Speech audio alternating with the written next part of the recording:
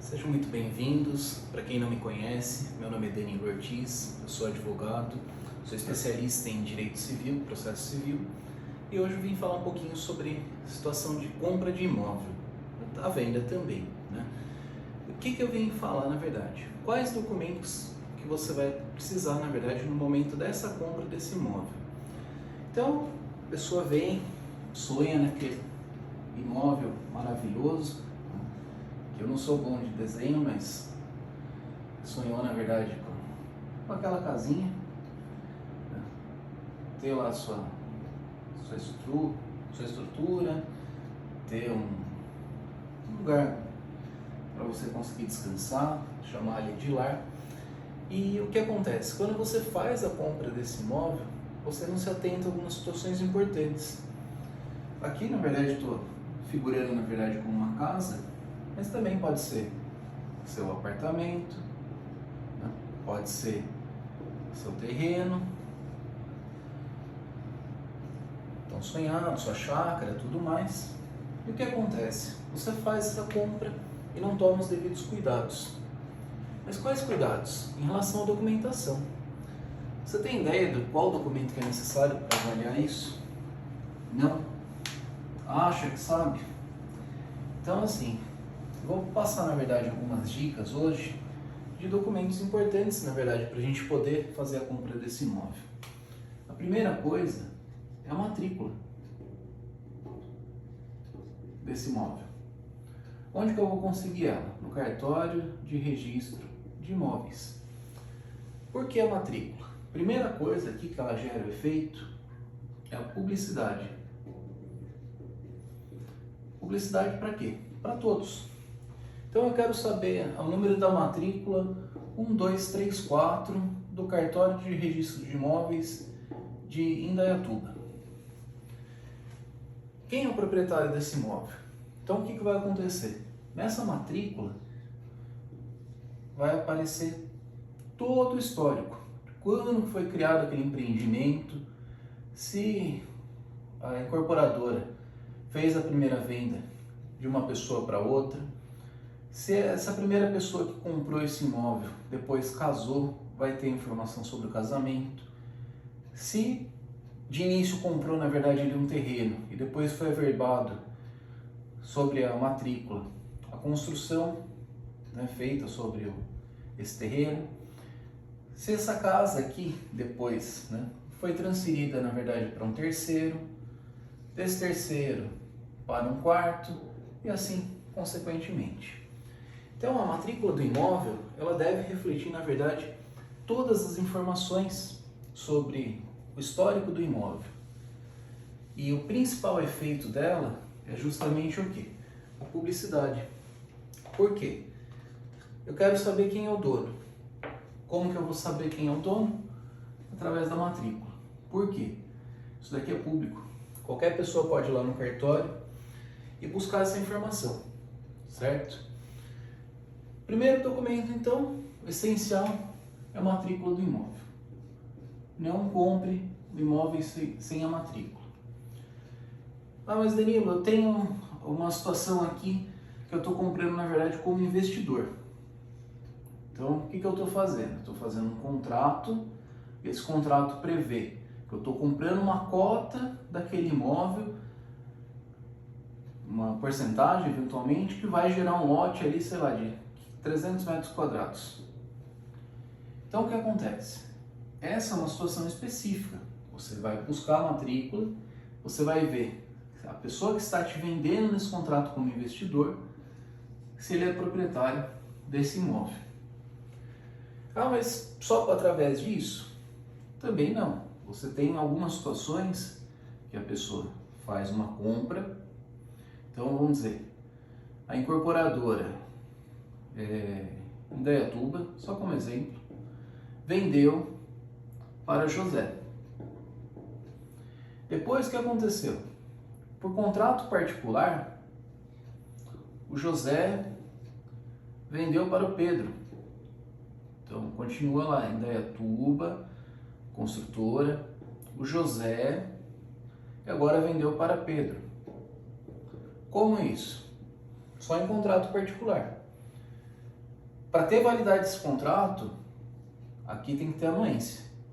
Sem essa anuência, esse contrato não tem validade. Por quê? Quem é o proprietário aqui? A construtora. Automaticamente com essa situação, isso é muito comum também, o Pedro, vamos dizer, se tivesse aqui a situação de ter anuência, o Pedro vem e vende para o Joaquim.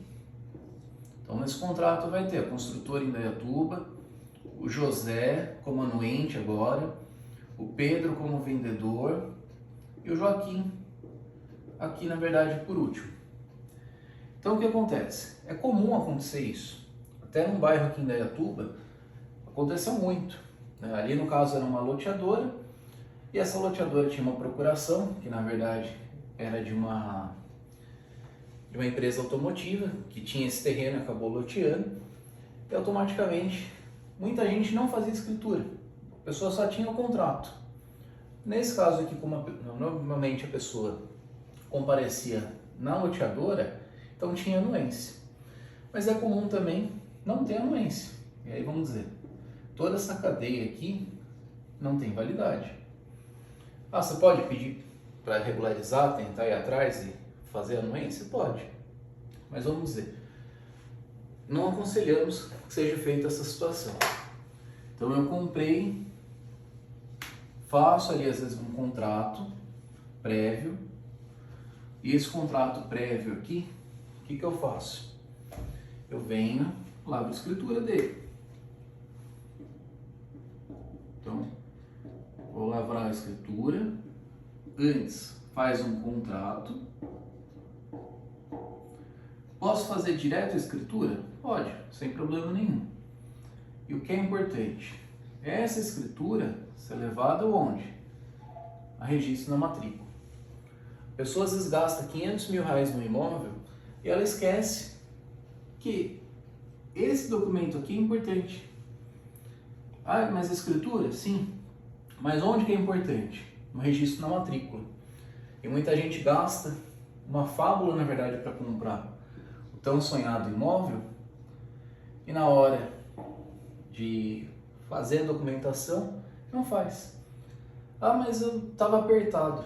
Então, às vezes, sei lá, faz uma negociação de parcelar uma parte do valor ou tenta fazer uma proposta um pouquinho menos, mas você já calcula aqui, na verdade, o que você vai ter de gasto para a realização dessa escritura e o registro dela.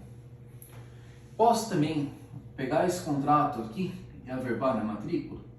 Aí a gente vai ter que analisar algumas situações em relação aos requisitos desse contrato. Você pode fazer a pré-anotação, mas a escritura é mais fácil. Tá? Por quê? O cartório ali vai preencher todos os requisitos. O que a gente orienta também? Eu vou fazer esse primeiro contrato, mas vou comprar esse imóvel numa imobiliária. Porque a imobiliária é conhecida na cidade e tudo mais, e a imobiliária vai me trazer a documentação. Só que esse contrato inicial, o que a gente sugere? Faça com o advogado. Por quê? O advogado conhece a situação. O advogado mexa, na verdade, com direito imobiliário ou que tenha um conhecimento ali em direito civil, porque abrange também a mesma situação. O que vai acontecer? Aqui a gente vai prever cláusulas específicas de cada situação. Então, o que? Pagamento, garantias que vai ter, prazo para transferência, no caso de inadimplência, como que vai fazer. Se a pessoa deixar de cumprir ali algum requisito, vamos dizer, não quero assinar depois da escritura, assinou só esse contrato. Depois a gente consegue fazer a adjudicação compulsória, que é uma ação específica, quando uma das partes, o vendedor não quer assinar mais a documentação, ou você não acha mais o vendedor. Então, o que acontece? Nessa parte, a gente aconselha que faça com o advogado. Por quê? Para evitar problema. Mas eu vou gastar com o corretor e mais do advogado? Vai gastar com os dois. Para quê? Para que você tenha segurança. Gastei com os dois? Gastei. Mas pelo menos eu tenho a segurança que eu estou fazendo um negócio jurídico ali sem qualquer problema. Principalmente o quê? Sabendo quem é o dono. Uma segunda etapa de documentação é justamente os documentos. Nessa parte de contrato, a gente vai avaliar isso. Então, o que eu vou saber? Se tem algum ônus na matrícula do imóvel, se tem alguma pendência ali. Depois, quais outras situações? Então, eu vejo, primeira parte do imóvel, se tem alguma pendência. Segunda parte, eu vou ver em relação ao vendedor. Então, se esse vendedor ele é uma pessoa física ou se ele é uma pessoa jurídica. Ou se ele é uma pessoa física que tem uma empresa. Também a gente tem que tomar cuidado com isso. Algumas informações daqui são simples e gratuitas, na verdade. Então, a primeira coisa, matrícula atualizada.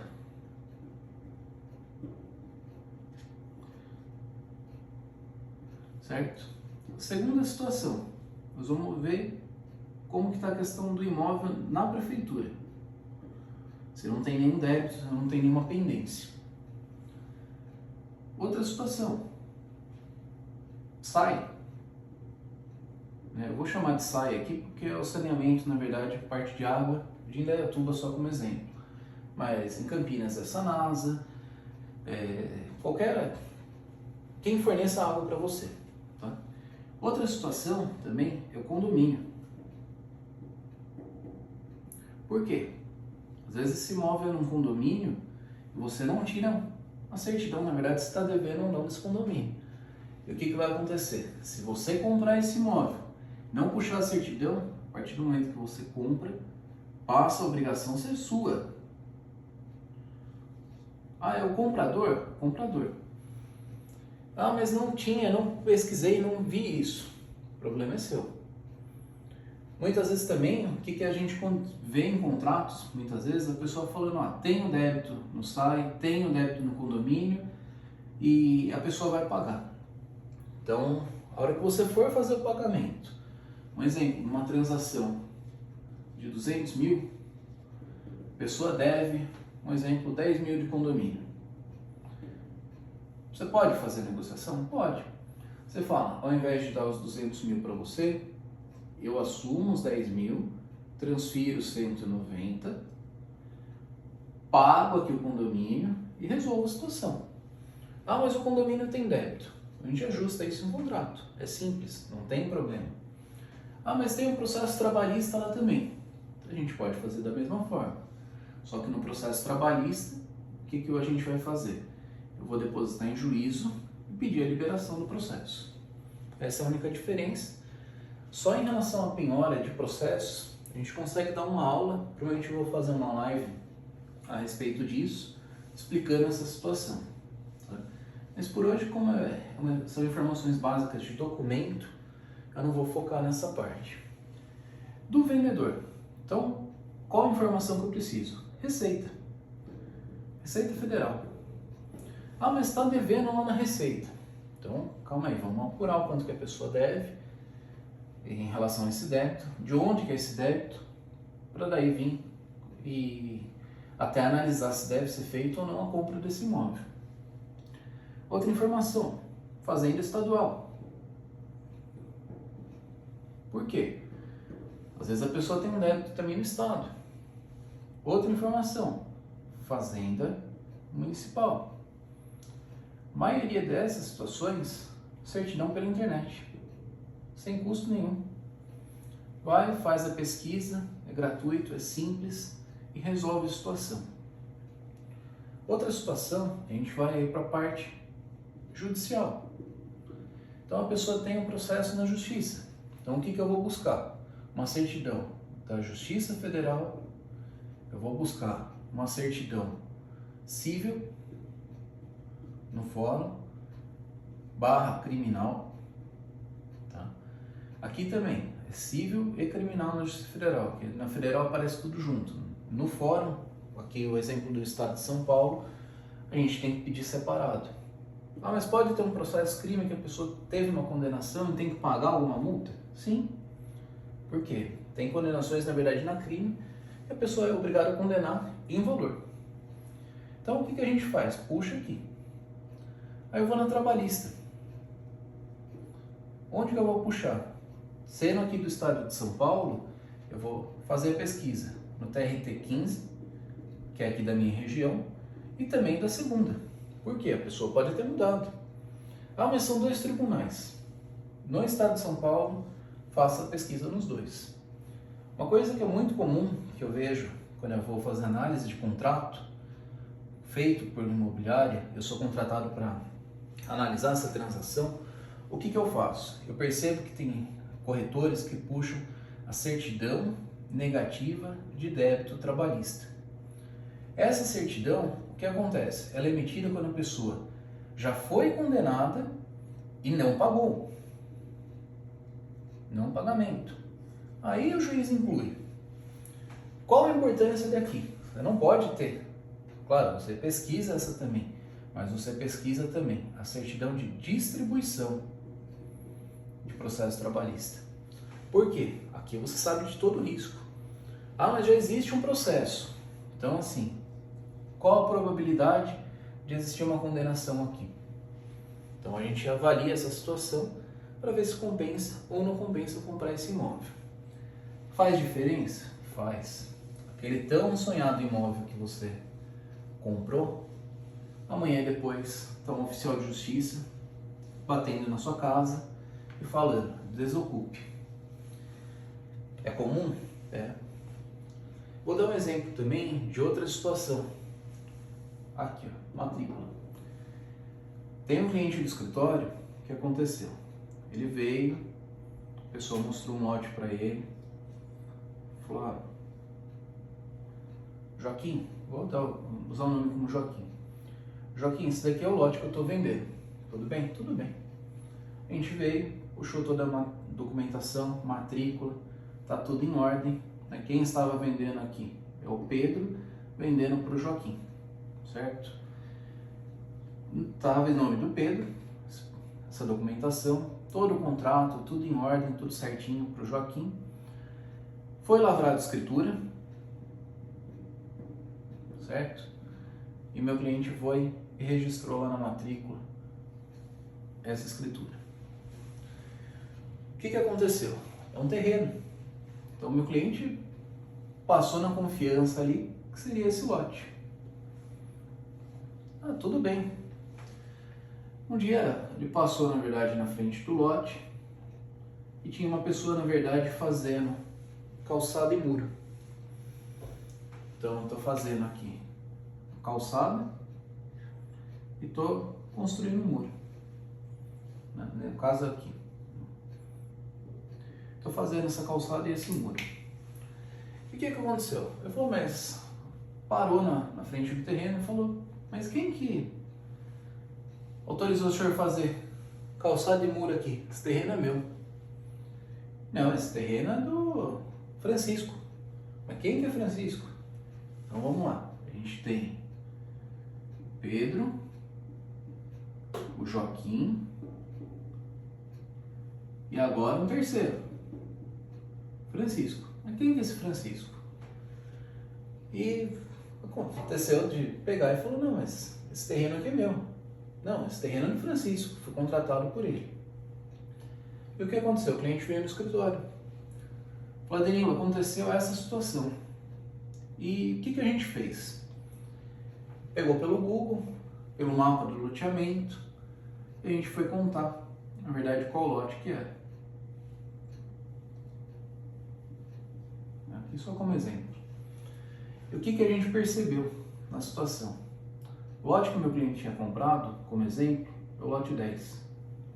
Só que o lote 10 não é aqui. O lote 10 é aqui. Mas e aí?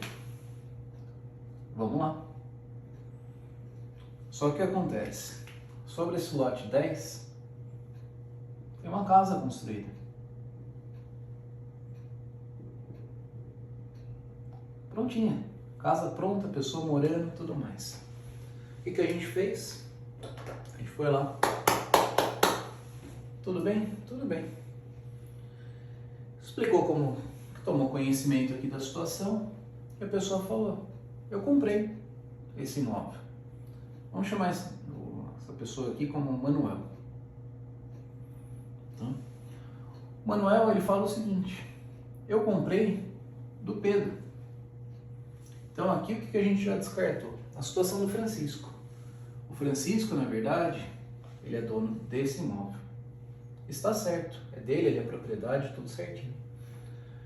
Só que acontece, quando o Pedro aqui vendeu para o Joaquim, ele também tinha vendido para o Manuel. E o que acontece nessa situação? Uma mesma pessoa vendeu para duas. Então calma aí, eu não tenho como vender esse lote, não é desmembrado, não é nenhuma situação dessa. Então ele vendeu para o Joaquim e vendeu para o Manuel. E o Manuel já estava morando nesse imóvel. E o que aconteceu na prática? A gente bateu. Não, mas eu comprei também. Só que aqui que ele tinha um contrato particular. O contrato particular tem validade perante o judiciário? Tem. Ele é válido? É. Tem publicidade dele? Tem essa informação aqui na matrícula do imóvel? Não tem. Se tivesse ainda lavrado por escritura, tem na matrícula do imóvel? Não, não tem. Por quê? Onde que eu vou saber sobre a propriedade desse imóvel? Aqui. Eu não tenho que ficar pesquisando escritura. Até porque a escritura pode ser registrada em qualquer cartório de todo o território nacional, sem problema nenhum. O que aconteceu? Esse contrato particular, ele alegou: eu também comprei. Inclusive estou pagando para a pessoa por mês. Veja a sacanagem aqui por parte do Pedro. E o que acontece? A gente veio, conversou.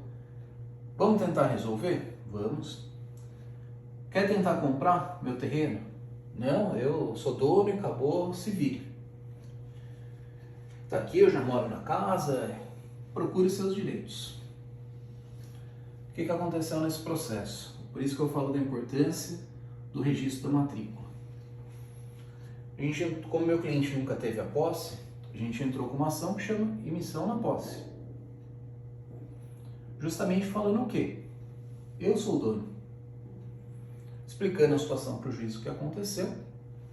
Aqui como requisito, a gente notificou, na verdade, via cartório, né, fez a notificação antes e depois entrou com pedido. Ali na época, o que aconteceu? O juiz não deu a liminar da emissão na posse, porque ele falou o seguinte: esse contrato particular, ele tem validade. E acho que até pela situação de ter um imóvel em cima de toda a situação, o juiz inicialmente negou ali o processo. O que aconteceu? Esse processo foi julgado, teve uma sentença. Essa sentença julgou improcedente, certo?